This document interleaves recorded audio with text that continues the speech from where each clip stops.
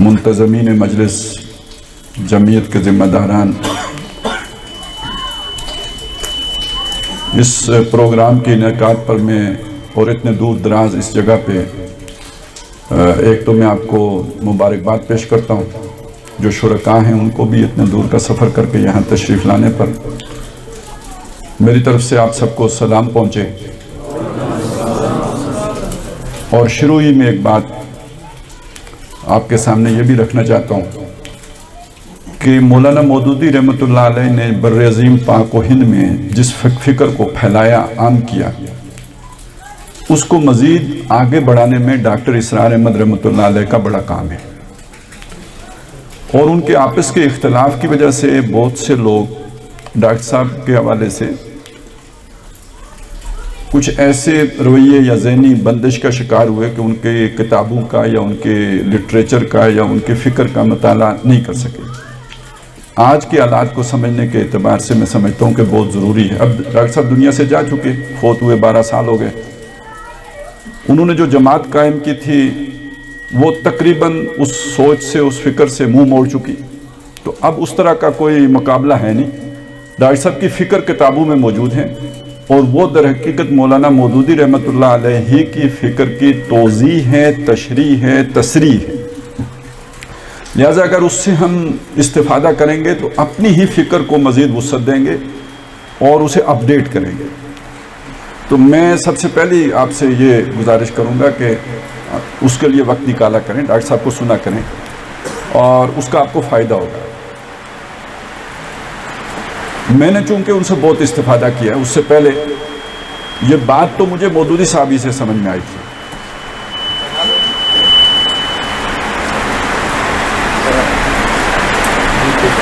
یہ بات تو مجھے، یہ فکر، یہ سوچ تو انہی سے سمجھ میں آئی، انہی کا لٹریچر پڑھ کے سمجھ میں آئی۔ لیکن میں سمجھتا ہوں کہ ڈاکٹر صاحب کا ساتھ رہنے سے اور ان سے سیکھنے سے اس فکر کے اندر مزید وسعت پیدا ہوئی، پختگی آئی، گہرائی آئی۔ تو اس لیے میں نے شروع ہی میں آپ کے سامنے یہ بات رکھ دی ہے کہ آپ کو بھی اس کا بہت فائدہ ہوگا۔ دیکھیے وہ فکر، یعنی جو ہمارا اس وقت موضوع ہے، پاکستان افغانستان، امید اور خدشات، اس موضوع کے پیچھے بھی کچھ ایک سوچ ہے جس کے نتیجے میں ہم یہ بات کہہ رہے ہیں۔ یعنی کس اعتبار سے امید، کس اعتبار سے خدشات؟ اس امید اور ان خدشوں کا تعلق کسی خاص سوچ کے ساتھ ہے، کسی خاص نقطہ نظر کے ساتھ ہے، کسی خاص فکر کے ساتھ ہے۔ تو پہلے ذرا اس فکر کو ہم از سر نو تازہ کر لیتے ہیں، تھوڑے سے وقت لے کے، کہ ہم یہ سمجھتے ہیں کہ اسلام، جس کو کہ ایک وقت میں لوگوں نے مذہب سمجھ لیا تھا، ایک خاص پس منظر کی وجہ سے، اس لیے کہ جب اقوام مغرب کا غلبہ ہوا ہے تو ان کے ہاں ریلیجن کا معنی یہی تھا کہ انسان کا ایک جو انفرادی زندگی سے متعلق جو کچھ اصول و ضوابط ہوتے ہیں، یہ مذہب کا دائرہ ہے۔ جو انسان کی اجتماعی زندگی ہے وہ تو ترقی کرتی رہتی ہے، اس میں نئے نئے مسائل پیدا ہوتے ہیں، اس میں نئی جہتیں آتی ہیں، اس کے اندر ارتقاء ہوتا ہے۔ مذہب ایک پرانی شے ہے، وہ اس کے ساتھ میچ نہیں کر سکتا، وہ پیچھے رہ جاتا ہے، اس کا ساتھ نہیں دے سکتا، ہم قدم نہیں ہو سکتا، لہٰذا وہ سیکولر فیلڈ ہے۔ اور مذہب کا وہ دائرہ ہے جو جامد ہے، جس میں کوئی ارتقاء نہیں ہوتا۔ ظاہر نماز پڑھنی ہے، پہلے آج سے 1500 سال پہلے بھی 5 نمازیں تھیں تو آج بھی 5 ہی ہیں۔ خدا پہلے بھی ایک تھا، اب بھی ایک ہی ہے، خدا 2 تو نہیں ہو سکتے، وہ ایک ہی رہے گا۔ تو وہ اس سوچ کے اندر چونکہ کوئی تغیر و تبدل نہیں ہوتا، تو مذہب ایک جامد حقیقت ہے اور ہماری سوچ کے اندر ارتقاء ہوتا رہتا ہے، تمدن میں ارتقاء ہوتا ہے، تو اس سے جو معاشی، سیاسی، سماجی نظام بنتا ہے یہ ترقی یا پاتا رہتا ہے، مذہب ایک جگہ پہ رکا رہتا ہے۔ تو ریلیجن کا فیلڈ محدود سمجھا گیا، اور چونکہ مغربی اقوام کا غلبہ ہوا، تو جب غلبہ ہوا تو جیسے حکمرانوں کے رستے ہی پہ عوام چلتی ہے، تو آہستہ آہستہ خود مسلمانوں کے ذہنوں میں یہ بات بیٹھ گئی کہ مذہب کا دائرہ در حقیقت صرف عقائد کی حد تک ہے، چند رسومات عبودیت کی حد تک ہے، یا زیادہ سے زیادہ چند سماجی رسومات کی حد تک ہے۔ شادی کیسے کرنی ہے، مرے گا تو ٹھکانے کیسے لگانا ہے، پیدا ہوگا تو سیلیبریٹ کیسے کرنا ہے، بس اس حد تک مذہب کا معاملہ ہے، اس سے آگے مذہب کا معاملہ ہی نہیں۔ مسلمانوں کی بھی یہ سوچ بن گئی۔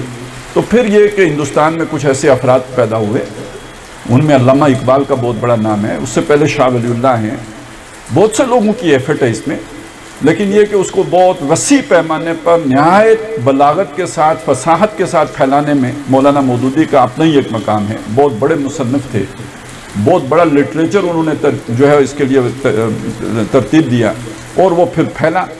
اور اس کا لب لباب یہ ہے کہ جو ہمارا اسلام ہے یہ کوئی مذہب نہیں ہے بلکہ یہ دین ہے, اور دین کا مطلب یہ ہے کہ یہ پورے نظام زندگی کے بارے میں رہنمائی دیتا ہے, مکمل ضابطۂ حیات ہے, کمپلیٹ کوڈ آف لائف ہے.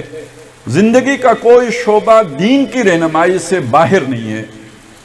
زندگی کے ہر معاملے کے بارے میں دین رہنمائی دے گا. یہ ایک سوچ ہے, یہ جس کی بھی ہے اس کی سوچ جو ہے وہ یوں سمجھے کہ دینی سوچ ہے. اور جو اسلام کو صرف عقائد تک, مراسم عبودیت تک یا یہ کہ چند سماجی رسومات تک محدود رکھتا ہے, اس کی سوچ ہے جسے ہم کہتے ہیں یہ مذہبی سوچ ہے. لیکن یہ سمجھ لیجئے کہ یہ مذہب اسلام کی سوچ نہیں ہے, یہ مذہب مغرب کی سوچ تھی جو کہ کچھ مسلمانوں نے بھی اڈاپٹ کر لی. وگرنہ ہمارے ہاں مذہب کہا جاتا تھا, مثلا فقہ حنفیت اسے مذہب حنفی کہتے تھے, فقہ مالکیت اسے مذہب مالکی کہتے تھے. یعنی یہ جو چار جو ہیں ہمارے ہاں سلسلے یا مکاتب فکر, ان کو مذاہب اربع کہتے تھے. تو ظاہر ہے اس میں سیاسی نظام کے بارے میں بھی رہنمائیاں تھیں, اس میں معاشی نظام کے بارے میں بھی رہنمائی موجود تھی. تو ایک مذہب کا لفظ ہمارے لٹریچر میں پایا جاتا ہے, اس کا معنی کوئی اور ہے, اس کا معنی ہے مسلک, اس کا معنی ہے ایک سکول آف تھاٹ. جبکہ ایک مذہب کا لفظ وہ ہے جو مغربی لٹریچر میں پایا جاتا ہے, اس کا معنی ہے ریلیجن.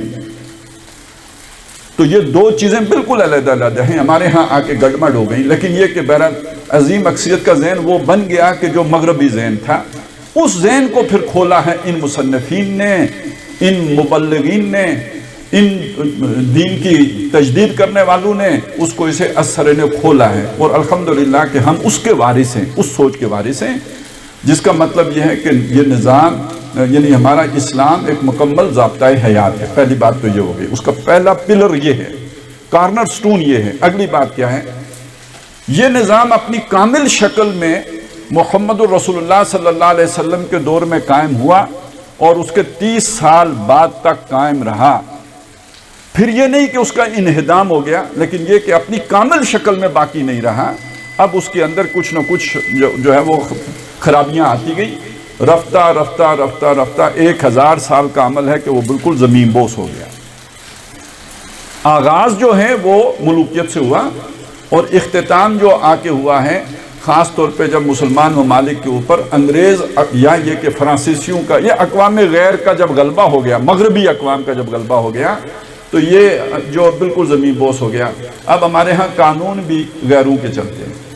ہم جن ممالک میں رہتے ہیں کہنے کو آزاد ہیں. کل ہم نے جشن آزادی منایا ہے اور اس کو بہت سے لوگوں نے صحیح نام دیا ہے, جشن پونپاں.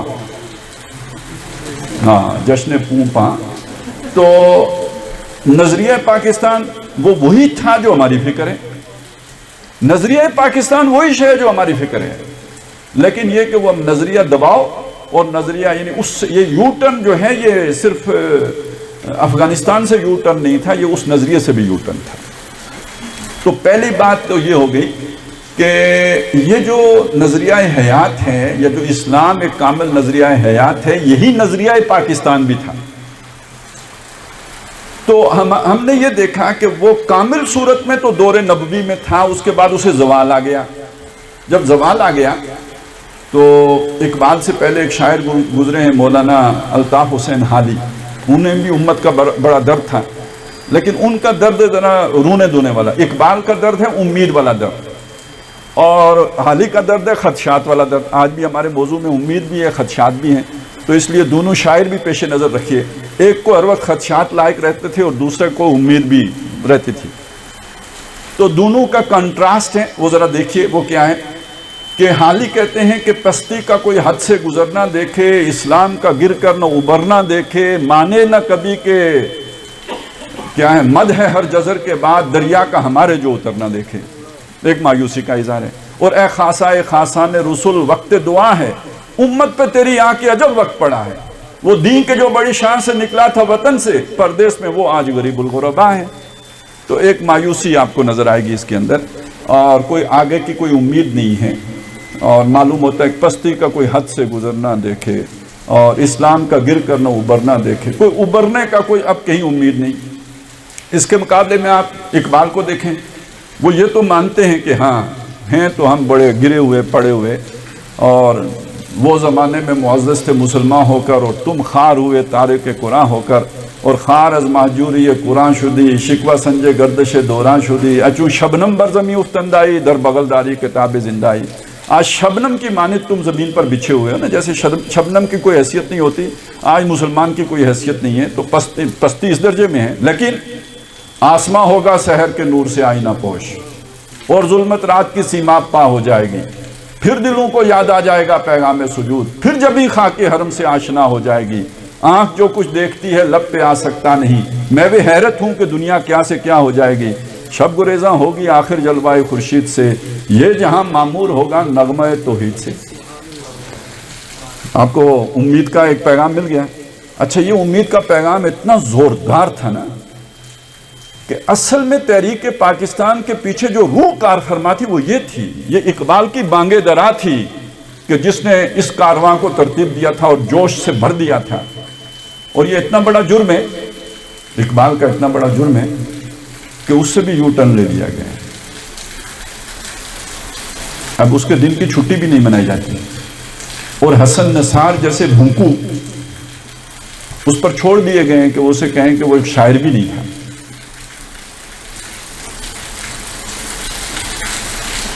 معلوم ہوا کہ کوئی بہت بڑی گستاخی کر بیٹھا ہے اقبال۔ تو خیر حسن نثار تو جو بھی ہیں سو ہیں، ہمارے ہاں ایک بڑے خوش اخلاق علامہ صاحب بھی ہیں، وہ اس طرح کی حسن نثار کی طرح بدتمیزانہ باتیں نہیں کرتے، خوش گفتار انسان ہیں، ان کے منہ سے موتی جھڑتے ہیں، جب بولتے ہیں تو معلوم ہوتا ہے کہ الفاظ نہیں نکل رہے، گل پاشی فرما رہے ہیں، بہت اعلیٰ اخلاق کے مالک ہیں۔ غامدی صاحب، جاوید احمد غامدی صاحب، تو وہ کیا کہتے ہیں؟ وہ کہتے ہیں اقبال نے یہ جو سارا کچھ پیش کیا ہے نا، یہ رومانویت ہے۔ رومانویت کیا ہوتی ہے جی؟ ایک شاعرانہ خیال، جو شاعر کو کسی سے محبت ہو جاتی ہے وہ کہتے ہیں جی چاند تارے لا کے تیرے پاؤں میں رکھ، کس نے رکھنے ہوتے ہیں؟ کبھی کسی نے لا کے رکھے ہیں؟ گپ ہوتی ہے، بندہ چھوڑ دیتا ہے کہ چاند تارے لا کے تمہارے پاؤں میں رکھ دوں گا، اور یہ کہ تمہیں ملکہ بنا دوں، یہ تو سب گپ شپ ہوتی ہے۔ تو یہ جیسے شاعرانہ خیال ہوتے ہیں، تو کہتے ہیں جسے عشق خلل ہے دماغ کا، کہتے ہیں جسے عشق خلل ہے دماغ کا۔ تو اس کا مطلب کیا؟ کوئی سمجھ آئی؟ اقبال کا دماغ خراب تھا۔ خوش اخلاقی سے یوں بات کریں گے، حسن نثار کہے گا دماغ خراب تھا، غامدی صاحب کہیں گے رومانویت ہے۔ بات ایک ہی ہے، سمجھ آئی؟ ایک کی بات اکیڈمک ہے، دوسرے کی بات تھڑے والی ہے، دونوں کا نقطہ نظر مطمع نظر ایک ہی ہے۔ تو اب بندہ سوچ میں پڑ گیا، کوئی اقبال نبی تو نہیں تھا نا، ہو سکتا ہے خلل آ گیا ہو اس کے دماغ میں، اس کے خلل نے متعدی ہو کے مودودی صاحب کے دماغ میں بھی خلل پیدا کر دیا ہو، پھر ڈاکٹر صاحب کے دماغ میں بھی خلل آ گیا، وہی خلل ہم سب کے دماغ میں آ گیا۔ خلل مطلب متعدی بھی تو ہو سکتے ہیں نا۔ آج ہمارے ہاں پوری ایک تحریک انصاف ہے جس کے بارے میں لوگوں کا خیال ہے کہ دماغ میں خلل ہے، تو ہم سب کے دماغ میں بھی خلل ہو سکتا ہے۔ انسان ہی ہے، انسان ٹھوکر بھی کھا سکتا ہے، رومانویت ہو سکتے، عظمت رفتہ کے خواب دیکھنا، گزرے ہوئے کل پر جو ہے وہ دیوانے ہو جانا، اس پر پاگل ہو جانا، تو گویا اقبال کا مسئلہ بھی یہی تھا، اور ان سب کا مسئلہ یہ ہے۔ اسی بات کو دینی پیرائے میں پھر بیان کیا مولانا وحید الدین خان صاحب نے، تعبیر کی غلطی۔ یہ تعبیر کی غلطی کس نے کی؟ ہاں، مولانا مودودی نے کی ہے تعبیر کی غلطی۔ انہوں نے جو دین کا مفہوم بیان کیا وہ غلط، تعبیر غلط کی ہے۔ انہوں نے جو الہ کا مفہوم بیان کیا تعبیر غلط کی ہے۔ انہوں نے جو عبادت کا مفہوم بیان کیا تعبیر غلط کی ہے۔ انہوں نے جو رب کا مفہوم بیان کیا تعبیر غلط کی ہے۔ یہ ایک کتاب ہے مودودی صاحب کی نا، قرآن مجید کی 4 بنیادی اصطلاحات۔ اگر آپ نے دین کا کام کرنا ہے تو اس کتاب کو ضرور پڑھیں۔ اور جو تعبیر کی غلطی ہے وہ یہ بتا رہی ہے کہ یہ در حقیقت مودودی صاحب نے یہ تعبیر ہی غلط کی ہے۔ تو ان لوگوں کی سوچ پھر یہ بنی کہ بھئی وہ اسلام ایک دور میں اس کا نظام تھا، اب تو مغرب کا نظام ہی چلے گا۔ اب معاشی نظام وہی ہوگا، سیاسی نظام وہی ہوگا، سماجی نظام وہی ہوگا جو مغرب لے کے آیا. ریاست کا کوئی مذہب نہیں ہوتا.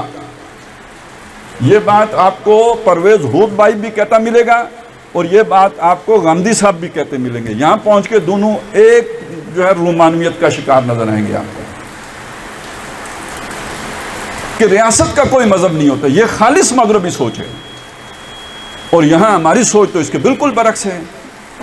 اب یہ چیز ہے، اس کو سمجھ لیجئے کہ اس سے پھر یہ شے پیدا ہوئی اور یہ شے صرف دیریوں میں نہیں پیدا ہوئی، صرف لبرلز میں نہیں پیدا ہوئی، صرف سیکولرز میں نہیں پیدا ہوئی. میں دینی تحریکوں میں بہت اندر تک رہا ہوں. میں تقریباً جو ہے آپ کو بتاؤں 24 سال تک تنظیم اسلامی کی مرکزی مجلس شورا کا رکن رہا ہوں. ان کے جو توسیع عملہ ہے اس کا حصہ رہا ہوں. میں آپ کو پورے یقین کے ساتھ بتاتا ہوں کہ یہ سوچ، اس کا اظہار نہیں کیا جاتا، لیکن یہ کہ ہماری اسلامی تحریکوں کے سرکردہ لوگوں کے دماغوں میں بھی گھس گئی ہوئی ہے کہ یہ ہونے والا کام تو لگتا نہیں.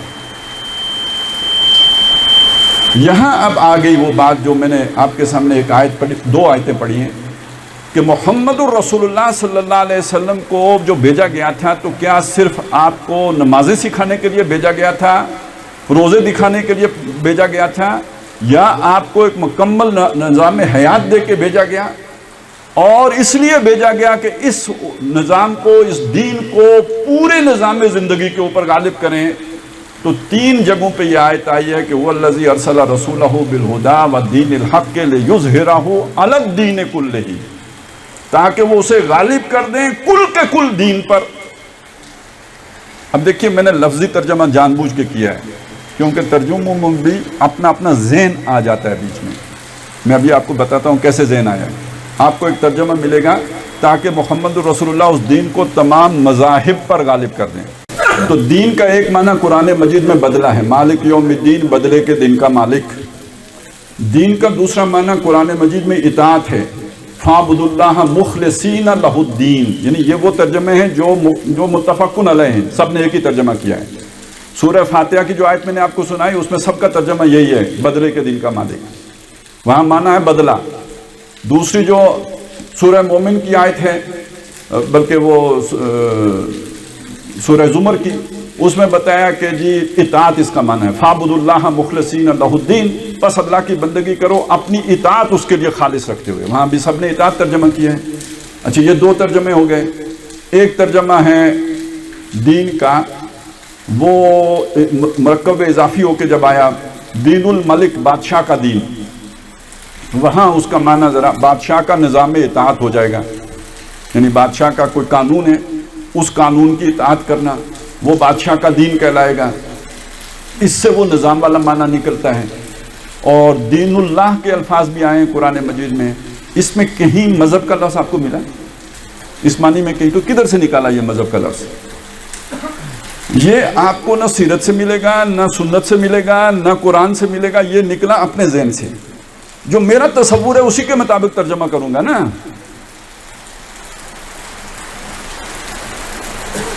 ہمارے پاس وقت ہے، میں ادھر اگر کوئی 1:15 بجے تک چلے جائیں تو اچھا میں تھوڑی سی بات واضح کر دوں. دیکھیے یہ کیا ہوتا ہے ترجموں میں، کیا ہوتا ہے.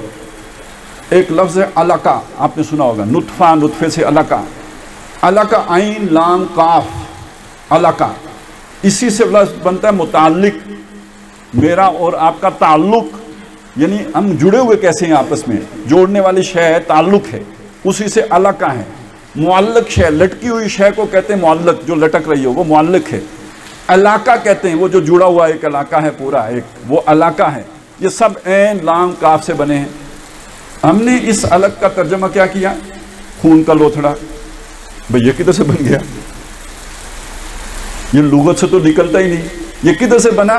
یہ ہمارے اپنے تجربے سے بنا کہ جب ہم نے دیکھا کہ بھئی جو اگر ابتدائی مہینے میں ابارشن ہو جائے تو جمع ہوا خون آتا ہے، تو نطفے کے بعد چونکہ وہ شے آئی تو اس کے مشاہدے پر ہم نے ترجمہ کر لیا جمع ہوا خون. لغت اس کو سپورٹ نہیں کر رہی. یہ ہمارا آنکھوں کا مشاہدہ ہے کہ جس کی بنیاد پر ہم نے وہ ترجمہ کیا ہے. لیکن جب الٹرا ساؤنڈ مشینیں بن گئی اور ہم الٹرا ساؤنڈ لینے کے قابل ہو گئے تو ہم نے دیکھا کہ وہ جسے نطفہ جسے ہم نے کہا تھا اور خوردبینیں بن گئیں جن سے ہم نطفہ بھی دیکھ لیتے ہیں، تو پتہ چلا وہ رحم مادر کے ساتھ جا کے یوں لٹک جاتا ہے جیسے جونک لٹکی ہوئی ہوتی ہے۔ اب اگر کوئی ترجمہ کرے گا تو وہ ترجمہ ہوگا جو قرآن نے لفظ بولا ہے، لٹکی ہوئی چیز۔ اب علاقہ کا کیا مطلب ہوگا؟ لٹکی ہوئی شے۔ تو ترجمہ کرتے ہوئے ہمارے اپنے ذہن کی محدودیت بیچ میں آ جاتی ہے۔ تو جب ہمارا تصور یہ ہے کہ یہ دنیا میں 1 مذہب 2 مذہب 10 مذہب ہیں، ان کے اوپر اسلام کو غالب کرنے کا مطلب ہے علی الدین۔ اب میں آپ کو دوسری طرف لے کے آتا ہوں، اگر اس کو اطاعت کے ساتھ جوڑیں تو کیا معنی بنے گا؟ جو قرآن میں مستعمل ہے کہ تمام اطاعتوں کے اوپر غالب کرنا ہے۔ اب کیا معنی بنے گا؟ بادشاہ کی اطاعت کے اوپر بھی کس کی اطاعت غالب ہوگی؟ وہ دین جو محمد رسول اللہ لے کے آئے ہیں۔ کتنا معنی بدل گیا ہے۔ تو اب یہی وہ معنی ہے جو کیا ہوا ہے ایک دوسری جگہ پہ۔ سورہ انفال میں علی الدین کے لفظ اسی طرح آیا ہے، وہاں سب نے وہی معنی کیا جو میں نے ابھی آپ کو بتایا۔ فرمایا قاتلوہم حتی لا تکون فتنۃ، ان مشرکوں سے لڑو جب تک کہ ان کا فتنہ ختم نہیں ہو جاتا۔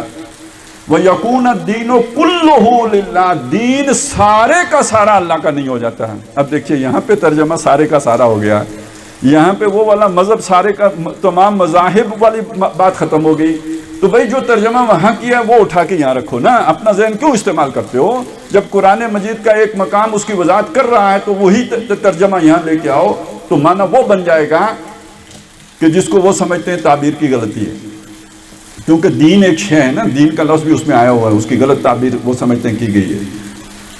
بہرحال نبی صلی اللہ علیہ وسلم کا مقصد وہی تھا جو سنت سے نظر آتا ہے کہ آپ نے صرف نمازیں پڑھانے تک محدود نہیں رکھا، روزے رکھوانے تک محدود نہیں رکھا، آپ نے ابو جہل کی گردن کٹوائی ہے، آپ نے 360 بت توڑے ہیں، آپ نے اس پورے معاشی نظام کو بدلا ہے، آپ نے پورے سماجی سٹرکچر کو بدلا ہے۔ وہ جو غلام تھے ان کو ایک صف میں محمود و ایاز کو لا کے کھڑا کیا ہے، ایک مکمل مساوی، ایک مساویانہ جو ہے سماجی نظام دیا ہے، ایک عادلانہ نظام حیات دیا۔ یہ مکمل تبدیلی لے کے آئے ہیں آپ صلی اللہ علیہ وسلم، اور یہ ہمارے لوگوں کو شاید دیکھنے میں غلطی لگی ہے، غیروں نے اس کو سمجھا ہے۔ ایچ جے ویلز نے سمجھا ہے، ڈاکٹر مائیکل ہارٹ نے سمجھا ہے، جس نے 100 لوگوں میں سب سے ٹاپ پہ حضور کو رکھا نا، پوری دنیا کے موسٹ انفلوئنشل پیپل، وہ دی 100 کتاب کا مصنف، اس نے سب سے ٹاپ پہ جو حضور کو رکھا تو وجہ کیا بتائی؟ He is the only person، پوری تاریخ انسانی کی اکلوتی شخصیت ہیں، supremely successful in both religious and secular fields۔ ان کی سیکولر فیلڈ الگ ہے، ریلیجیس فیلڈ الگ ہے۔ یہ وہ شخصیت ہیں جو سیکولر اور ریلیجیس دونوں میدانوں میں بھرپور طور پر کامیاب ہوئے، یہ اکیلی شخصیت ہے، اس لیے یہ ٹاپ پہ آئیں گے۔ تو یہ ہے کل ہی کا مطلب جو کانٹ اس کو سمجھ آیا ڈاکٹر مائیکل ہارٹ کو، اور یہی اصل مطلب ہے۔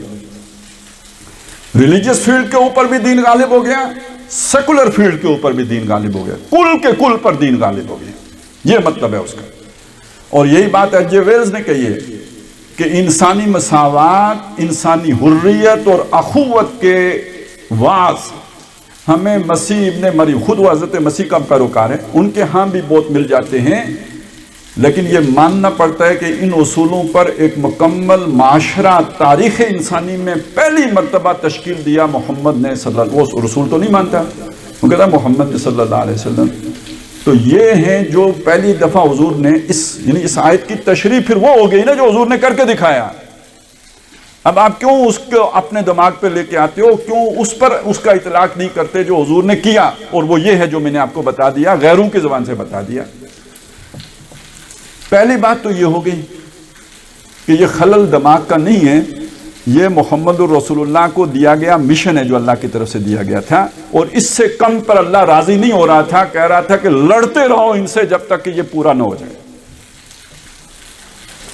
دوسری بات، ہاں اب اگر کوئی قرآن کو بھی کسی کے دماغ کا خلل مان لے تو پھر وہ تو ہمارے لیے لا علاج ہو گیا نا، لیکن یہ کہ اگر قرآن پر ایمان ہے کہ اللہ کا کلام ہے تو پھر پہلی بات تو یہ ٹھوک جانی چاہیے دماغ کے اندر کہ دین کا جامع تصور یہی ہے جو کہ ان حضرات نے پیش کیا، یہ دماغ کا خلل نہیں ہے، یہ ایک بات ہو۔ دوسری بات دیکھیے، مجھے ابھی آپ لوگوں نے یہاں پہ بلایا ہے کہ میں آپ سے خطاب کروں، تو اس کا ایک مطلب ہے کہ میں خطاب کروں، یہ ایک بات ہو گئی۔ کس سے خطاب کروں؟ آپ سے خطاب کروں، یہ دوسری بات ہے کہ آپ سے خطاب کرنا ہے۔ اگر مجھے بلایا ہوتا کہ راولہ کوٹ والوں سے خطاب کروں تو پھر تو کوئی انتظام یہ ساؤنڈ سسٹم کا ایسا کرنا چاہیے تھا نا کہ تمام راولہ کوٹ کے گھروں میں میری بات پہنچی۔ تو یہ تو بند کمرے میں خطاب کرنا تھا نا، تو اس لیے ہم نے اتنا اہتمام کر لیا۔ اسی طرح سمجھ لیجئے کہ اگر محمد الرسول اللہ کو اللہ نے بھیجا ہوتا صرف مکے والوں کے لیے تو یہ کام وہاں تک محدود رہتا ہے۔ اگر محمد الرسول اللہ کی بعثت ہوئی ہے کل روح ارضی کے لیے تو یہ مشن پھر صرف مکے تک تو محدود نہیں ہو سکتا، جزیرۃ العرب تک محدود نہیں ہو سکتا، صرف عربوں تک محدود نہیں ہو سکتا، یہ مشن تو پھر کل عالم کے لیے۔ تو دوسری آیت میں نے اس لیے آپ کو وہ سنائی تھی، وَمَا أَرْسَلْنَاكَ إِلَّا رَحْمَةً لِّلْعَالَمِينَ۔ عام طور پہ یہ بریلوی سناتے ہیں، ہمارے ہاں قرآن بھی اپنا اپنا ہے نا، جیسے باپ کی جائیداد اپنی اپنی کر لیتے ہیں تو اس طرح قرآن بھی اپنا اپنا ہے۔ دیوبندیوں کا قُلْ إِنَّمَا أَنَا بَشَرٌ مِثْلُكُمْ يُوحِي إِلَيَّ أَنَّ إِلَٰهٌ وَاحِدٌ فَمَنْ كَانَ يَرْجُو لِقَاءَ رَبِّهِ فَلْيَعْمَلْ عَمَلًا، یہ دیوبندی قرآن ہے۔ اور بریلوی قرآن کے اَلَا إِنَّ أَوْلِيَاءَ اللَّهِ لَا خَوْفٌ عَلَيْهِمْ وَلَا هُمْ يَحْزَنُونَ، اور وَمَا أَرْسَلْنَاكَ إِلَّا رَحْمَةً لِّلْعَالَمِينَ، یعنی یہ ہم نے اپنا اپنا کر کے رکھا ہوا ہے۔ ان کو اس سے زیادہ ثواب ملتا ہے، ہمیں اس سے زیادہ ثواب ملتا ہے۔ تو ہے تو اصل میں تو پورے کا پورا ہے۔ تو اس میں اس آیت کا مطلب یہ ہے کہ نبی صلی اللہ علیہ وسلم کی بعثت کل عالم کے لیے ہوئی ہے، وَمَا أَرْسَلْنَاكَ إِلَّا رَحْمَةً لِّلْعَالَمِينَ، پورے گلوب کے لیے ہوئی ہے۔ یہ ایک فرق ہے، نوح علیہ السلام کی پورے گلوب کے لیے نہیں ہوئی، وہ تو بہت پرانی بات ہو گئی۔ عیسیٰ علیہ السلام کو سمجھا جاتا ہے، عیسائی مذہب پوری دنیا میں پھیلا ہے۔ قرآن نے یہ بھی بتایا کہ حضرت عیسیٰ بھی گلوبل رسول نہیں تھے، رسولاً الی بنی اسرائیل، وہ بنی اسرائیل کے رسول تھے۔ یہ تو انہوں نے بعد میں اس میں اضافہ کیا ہے۔ گلوبل رسول ایک ہی ہیں، وہ ہے محمد الرسول اللہ۔ ایک آیت اور بھی ہے، وَمَا أَرْسَلْنَاكَ إِلَّا كَافَّةً لِّلنَّاسِ بَشِيرًا وَنَذِيرًا، ہم نے آپ کو نہیں بھیجا مگر کل نوع انسانی کے لیے بشیر و نذیر بنا کے بھیجا ہے۔ اسی کا ایک دوسرا پہلو بھی ہے، اور وہ دوسرا پہلو کیا ہے کہ آپ کو تا صبح قیامت تک رسول بنا کے بھیجا، اب کوئی اور نبی یا رسول نہیں آئے گا، تو اب حضور ہی کی رسالت چلے گی قیامت تک۔ ختم نبوت کا مطلب یہ مطلب ہو گیا۔ تو اب آپ آ جائیں اس چیز کی طرف کہ نبی صلی اللہ علیہ وسلم جو دین لے کے آئے ہیں وہ باقی رہے گا کب تک؟ قیامت تک، اور اس کا پھیلاؤ ہوگا کہاں تک؟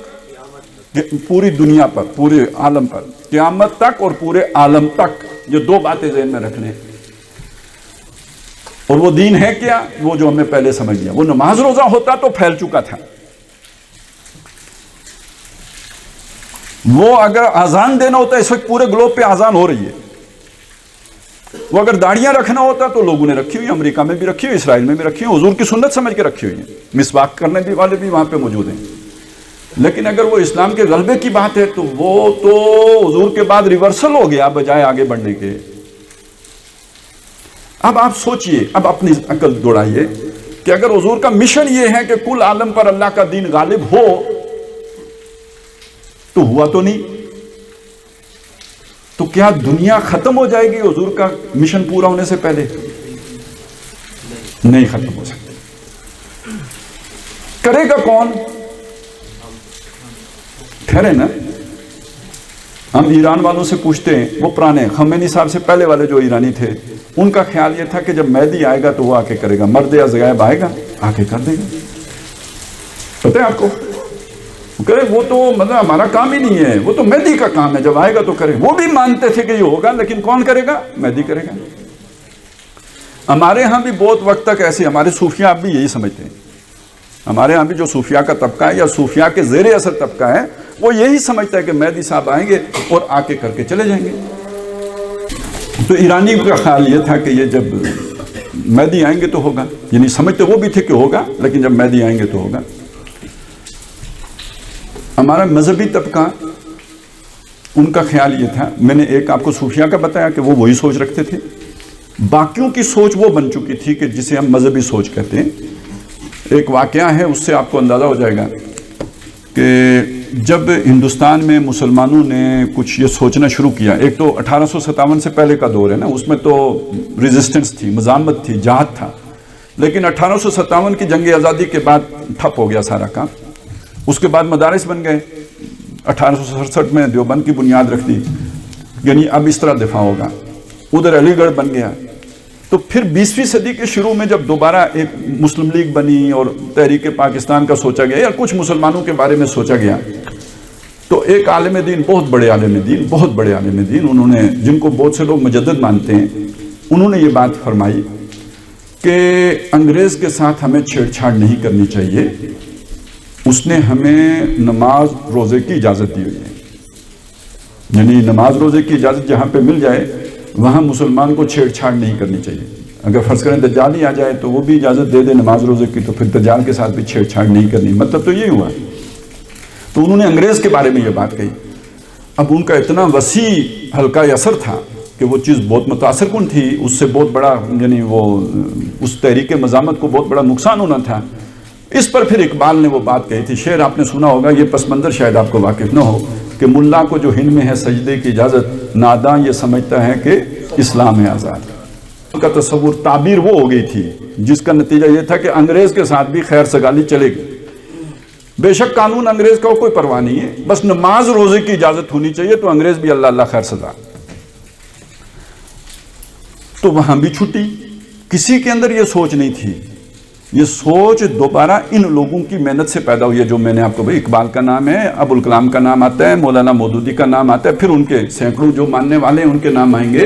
یہ ان لوگوں نے یہ سوچ پیدا کی ہے، اور اقبال نے پھر یہ وہ پہلا آدمی ہے جس نے یہ بتایا کہ یار یہ مہدی نے آ کے نہیں کرنا، اس کا انتظار نہ کرو، اور یہ جو ہے نا فرشتوں نے نہیں کرنا، یہ تم نے کرنا ہے، یہ تمہاری ذمہ داری ہے۔ وقت فرصت ہے کہاں، کام ابھی باقی ہے، نور توحید کا اتمام ابھی باقی ہے۔ اور یہ پھر بہت وسیع پیمانے پر کھول کر عام انداز میں، سادہ انداز میں، سلیس انداز میں مولانا مودودی نے اپنے لٹریچر میں پھیلایا، اور اس کا نتیجہ یہ نکلا کہ مسلمانوں کی عظیم اکثریت اس سے متاثر ہوئی، اور اس درجے متاثر ہوئی کہ وہ جو مذہبی طبقہ تھا جس نے اپنی سوچ وہ بنا لی تھی، ان کی سوچ بھی بدلی۔ البتہ جب سوچ بدلی تو کچھ، چونکہ اب ایک سیاسی عمل بھی شروع ہو چکا ہوا تھا۔ سیاسی عمل یہ تھا کہ ادھر تحریک پاکستان چل رہی تھی، تحریک پاکستان سے اس مذہبی طبقے کو ایک پہلے چڑ پیدا ہو چکی تھی، اور وہ کانگریس میں زیادہ تر تھے۔ مولانا مودودی نے علمی طور پر تحریک پاکستان کو بڑا سپورٹ کیا ہے۔ یہ آج کل یہ باتیں بھی چھپائی جاتی ہیں، لیکن یہ کہ دو قومی نظریے کو بہت بڑی سپورٹ جو ملی وہ مولانا مودودی سے ملی، جس کی وجہ سے مذہبی طبقہ ناراض ہو گیا۔ وہ تو انہیں اپنا بندہ سمجھتا تھا، تو شاہدہ شاہد من اہلہا کے مصداق اپنے ہی بندے نے اس کے لنکا ڈھا دی، اور انہوں نے مسلم لیگ مسٹروں کو، یعنی علی گڑھیوں کو سپورٹ کر دیا، تو اس سے وہ بہت ناراض ہوئے، بہت خفا ہوئے، اور یہاں سے مولانا کی مخالفت شروع ہو گئی۔ لہذا انہوں نے کبھی بھی مولانا کی فکر کو آن نہیں کیا، اس کی مخالفت کی، لیکن یہ کہ وہ فکر سر چڑھ کر بولی، اسے ماننا تو پڑا، لیکن جب انہوں نے مانا، اسے تسلیم کیا، تو انہوں نے پھر اس کو جوڑا جا کے ملوکیت کے دور کے ساتھ، اس فقہ کے ساتھ جو ملوکیت کے دور میں ترتیب، یعنی نظام غالب اسلام غالب ہونا چاہیے۔ اسلام کب تک غالب تھا؟ ان کی نظر میں 1924 تک غالب تھا۔ سمجھ آگئی بات؟ لہذا اگر 1924 کا ماڈل اثر نو دنیا میں آ جاتا ہے تو جو ہمارے علماء کی بات سمجھ میں آئی، ان کی نظر میں اسلام غالب ہو جائے گا۔ وہ خلافت 1924 میں ختم ہوئی تھی، جبکہ مولانا مودودی کا کہنا کیا ہے کہ وہ تب غالب ہوگا کہ جب ہم اس طریقے پر اسے غالب کریں گے جیسے دور خلافت راشدہ میں تھا۔ اب یہ فرق ذہن میں رکھیں، یہ نہیں رکھیں گے تو آپ کو یہ پاکستان اور افغانستان کا سمجھ نہیں آئے گی۔ یہ ہوا کیا ہے؟ بہرحال 47 میں پاکستان بن گیا، ادھر یہ دو دھارے بن گئے، ایک اسلام کا غلبہ، وہ والے اسلام کا غلبہ چاہتا ہے جو دور خلافت راشدہ میں تھا، دوسرا کہتا ہے 1924 والا اسلام بھی بحال ہو گیا تو خیر صلاح ہے۔ اتنا فرق پڑا، پہلے تو اس کی بھی پرواہ نہیں تھی نا، لیکن یہ کہ چلیں جو ادھر سے تو تھوڑا کشش شکل جیسے کھینچتی ہے تو ذرا نزدیک آ گئے کہ چلیں 1924 والا بحال ہو جائے۔ یہ اکثر و بیشتر یہ جو ہے نا منصب امامت والے یہ جو جیسے حزب التحریر والے ہیں، یہ سارے لوگ یہی بات کر رہے ہوتے، 1924 کو رو رہے ہوتے. ان کا کربلا 1924 میں ہوا تھا، سمجھیں؟ ان کا اسلام اس کے بعد زندہ ہوگا جو 1924 والی سلطان حمید والی خلافت، عبدالحمید سلطان والی خلافت بحال کر دیں، بھائی اسلام زندہ ہو گیا.